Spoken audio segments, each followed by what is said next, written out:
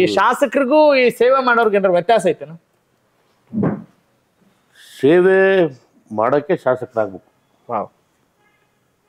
ಸೇವೆ ಅಧಿಕಾರದಲ್ಲಿದ್ದೇ ಮಾಡಬೇಕು ಅಂತೇನಿಲ್ಲ. 15 ವರ್ಷದಿಂದ ನಾನು ಯಾವುದೇ ಅಧಿಕಾರ ಇಲ್ದಂಗೆ ನಾನು ಸೇವೆ ಮಾಡ್ಕೊಂಡು ಬಂದೀನಿ. ಯುವಕರದಾಗಲಿ, ಮಹಿಳೆಯರ ಸಬಲೀಕರಣ ಆಗಲಿ, ರೈತರ ಕಷ್ಟ ಕಾರ್ಪಣ್ಯಗಳಿಗೆ ನಾನು ಭಾಗಿಯಾಗೋದಾಗಲಿ ಎಲ್ಲ ಮಾಡ್ಕೊಂಡೇ ಬಂದೀನಿ.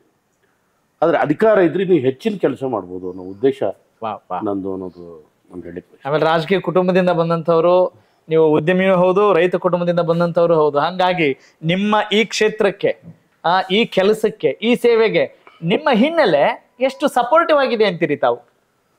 ಇಲ್ಲ, ವಿಶೇಷವಾಗಿ ನಮ್ಮ ತಂದೆ 1972ರಲ್ಲಿ ಮೊದಲ ಬಾರಿ ಶಾಸಕರು. ಹೌದ್ರಿ.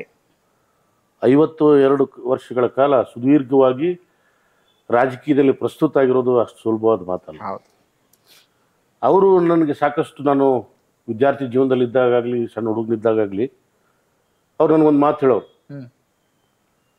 ನೀನು ಶ್ರೀಮಂತರಿಗೆ ಒಂದು ಮೃಷ್ಟಾನ್ನ ಭೋಜನ ಕೊಡು, ತಲೆ ಮೇಲೆ ತುಪ್ಪ ಸುರಿ, ಅವ್ರೇನು ಅದನ್ನ ನೆನಪಿಟ್ಕೊಳ್ಳೋದಿಲ್ಲ.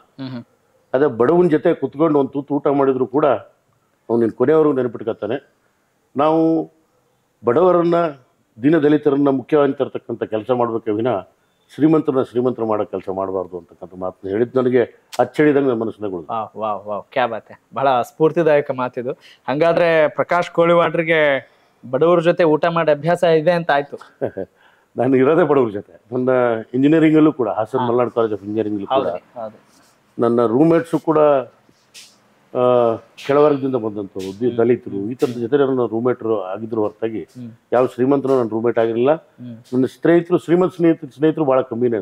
ಹೌದ್ರಿ. ಅಂದ್ರೆ ಆತ್ಮೀಯತೆಗೆ, ಸ್ನೇಹ ಪರತೆಗೆ, ಆ ಬಾಂಧವ್ಯಕ್ಕೆ ಪ್ರಕಾಶ್ ಕೋಳಿವಾಡ್ರ ಹೆಸರುವಾಸಿ ಅಂತೀರಿ. 100% ಇವತ್ತಿಗಾದ್ರೂ ನನ್ನ ಕ್ಷೇತ್ರದಲ್ಲೂ ಕೂಡ ನನ್ನ ಬಾಂಧವ್ಯ ಬಡವ್ರ ಜೊತೆನೇ ಹೆಚ್ಚು ಅಂತಕ್ಕಂಥದ್ದು ಬಹಳ ನೆಮ್ಮದಿಯಿಂದ ನಾನು ಹೇಳ್ತಕ್ಕಂಥ. ಸರ್, ಈಗ ನೀವೊಬ್ಬ ಶಾಸಕರು, ಒಬ್ಬ ಉದ್ಯಮಿ, ರಾಜಕೀಯ ಹಿನ್ನೆಲೆ ಇದ್ದಂಥವ್ರು, ಗುರುತಿಸ್ಕೊಂಡಂಥವ್ರು, ಇದೆಲ್ಲದ್ರ ಜೊತೆಗೆ ಗುಡುಗೂರು ಅಂದ ತಕ್ಷಣ ಏನ್ ಅನ್ಸುತ್ತೆ ನಿಮಗೆ? ಇಲ್ಲ, ಎಲ್ರಿಗೂ ನಮ್ಮೂರು ನಮಗೆ ಶ್ರೇಷ್ಠ ಅನ್ಸೋದು ನಿಜ. ಆದರೆ ನಮ್ಮ ವಿಧಾನಸಭೆಗೆ 2 ಶಾಸಕರ ಕೊಟ್ಟಂತ ಹಳ್ಳಿ ಅದು. ಒಂದು ಕುಗ್ರಾಮ, ಒಂದು 1000 ಜನನೂ ಜನಸಂಖ್ಯೆ ಇಲ್ಲದಂಥ ಒಂದು ಹಳ್ಳಿ. ಅಲ್ಲಿ ವಿದ್ಯಾವಂತರು ಭಾಳ ಕಡಿಮೆ, ಎಲ್ಲ ರೈತಾಪಿ ಜನಾಂಗ. ನಮ್ಮ ಅಪ್ಪನೇ ಮೊದಲು ಡಬಲ್ ಡಿಗ್ರಿ ಮಾಡಿದಂಥವ್ರು. ಆಮೇಲೆ ನಮ್ಮ ಹೆಚ್ಚು ಕಮ್ಮಿ ಇಂಜಿನಿಯರ್ ಆದಂಥವ್ರು ಯಾರೂ ಇಲ್ಲ ನಮ್ಮೂರಿಂದ.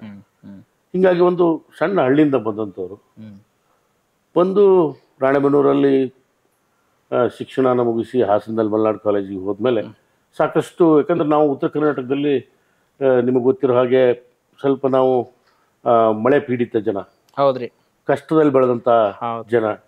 ಹೀಗಾಗಿ ನಾವು ದಕ್ಷಿಣ ಕರ್ನಾಟಕ ಬಂದ ತಕ್ಷಣ ನಾವೆಲ್ಲೋ ಆ ಕಾನ್ಫಿಡೆನ್ಸ್ ಕಡಿಮೆ ಇರುತ್ತೆ. ಆ ಕಾನ್ಫಿಡೆನ್ಸ್ ಬೆಳೆಸೋಕೆ ನನಗೆ ಹಾಸನ, ನನ್ನ ಇಂಜಿನಿಯರಿಂಗು, ನನ್ನ MBA ರಾಮಾಯಣ ಮಾಡಿದ್ದೆಲ್ಲ ಕಾನ್ಫಿಡೆನ್ಸ್ ಏನ್ ಕಮ್ಮಿ ಇಲ್ರಿ ಸರ ನಮ್ ಜನಕ್ಕೆ. ಅಲ್ಲ, ನನಗ ಅನ್ಸಿದ್ದು ಅಂದ್ರೆ ಒಂದು ಏನಿದೆ, ವಿನಯತೆ ಇದೆ, ಹೃದಯ ವೈಶಾಲ್ಯತೆ ಜಾಸ್ತಿ ಇದೆ. ಹಂಗಾಗಿ ಬೇರೆ ನೋಡಿದಾಗ ಒಂದ್ ಸ್ವಲ್ಪ ಏನ್ ಅನ್ಸಿರ್ಬೋದೇನೋ ನನ್ನ ಅನಿಸಿಕೆ.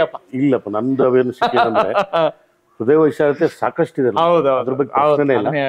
ಅದ್ರ ಜೊತೆಗೆ ಕಷ್ಟದಲ್ಲಿ ಬೆಳೆದ್ರು, ಒಪ್ಕೊಳ್ತೀನಿ ನಾನು. ಈಗ ಈ ಕಡೆ ದಕ್ಷಿಣ ಕರ್ನಾಟಕ ವಿಶ್ವೇಶ್ವರ ಕಟ್ಟಿಸಿರ್ತಕ್ಕಂಥ ಡ್ಯಾಮ್ಗಳಾಗ್ಲಿ, ಇರಿಗೇಷನ್ ಆಗ್ಲಿ ಎಲ್ಲ ಇರೋದ್ರಿಂದ ರೈತರು ಇಲ್ಲಿ ಸಾಕಷ್ಟು ಅನುಕೂಲಸ್ಥರಾಗಿದ್ದಾರೆ. ಇಲ್ಲ, ನಾನು